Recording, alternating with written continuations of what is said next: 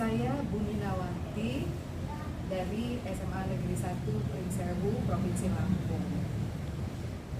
Saya sangat senang dalam kegiatan bimbingan teknis Kepala Laboratorium yang diselenggarakan oleh Universitas Pendidikan Indonesia Bandung. Di dalam BIMTEK Kepala Laboratorium ini, saya mendapatkan banyak sekali manfaat dari penyelenggaraan BIMTEK ini. Selamat pagi anak-anakku, apa kabarmu hari ini?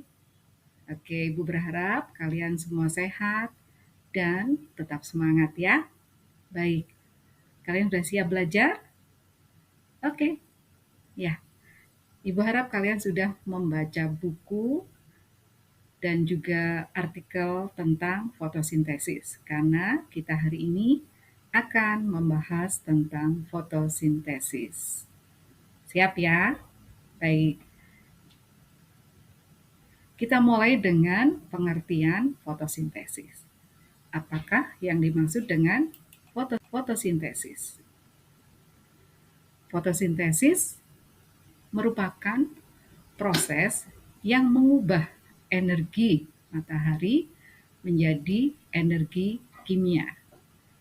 Jadi, di sini energi tetap ada, hanya merubah bentuknya.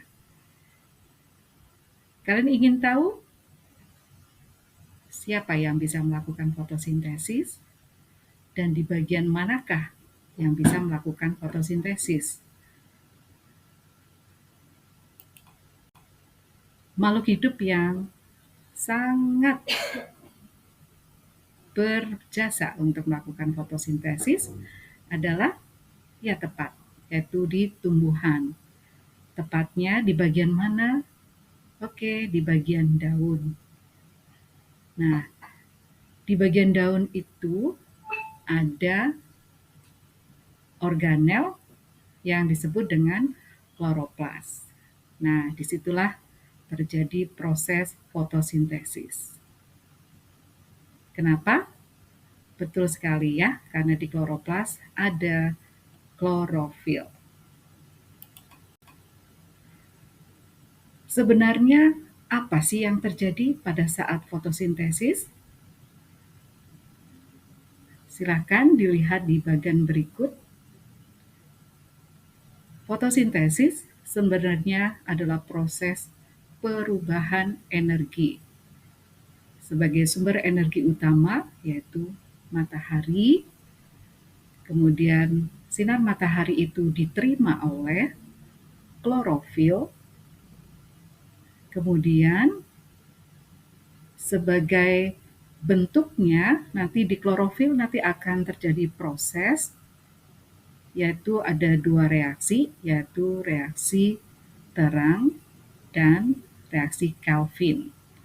Hasil fotosintesis itu berupa karbohidrat dan juga oksigen. Nah, oksigen akan diterima oleh sel-sel makhluk hidup dan digunakan untuk proses metabolisme yaitu mengoksidasi zat makanan di mitokondria untuk menghasilkan ATP bagi kegiatan makhluk hidup. Produk dari oksidasi ini adalah CO2 dan H2O. Ini kembali lagi ke ekosistem. Begitu seterusnya.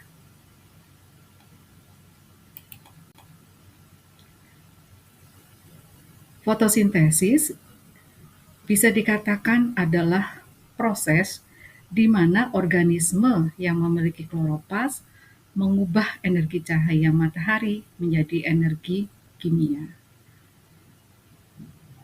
Dan ada dua lintasan metabolik di sini, yaitu reaksi terang yang akan mengubah energi matahari menjadi energi di dalam sel.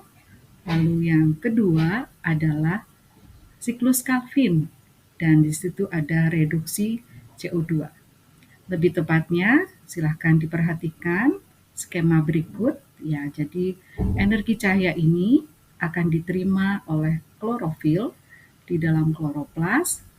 Di sini akan terjadi reaksi terang, di mana energi cahaya matahari ini akan diubah menjadi energi kimia, dan kita mengerti bahwa di reaksi terang ini dibutuhkan H2O atau air.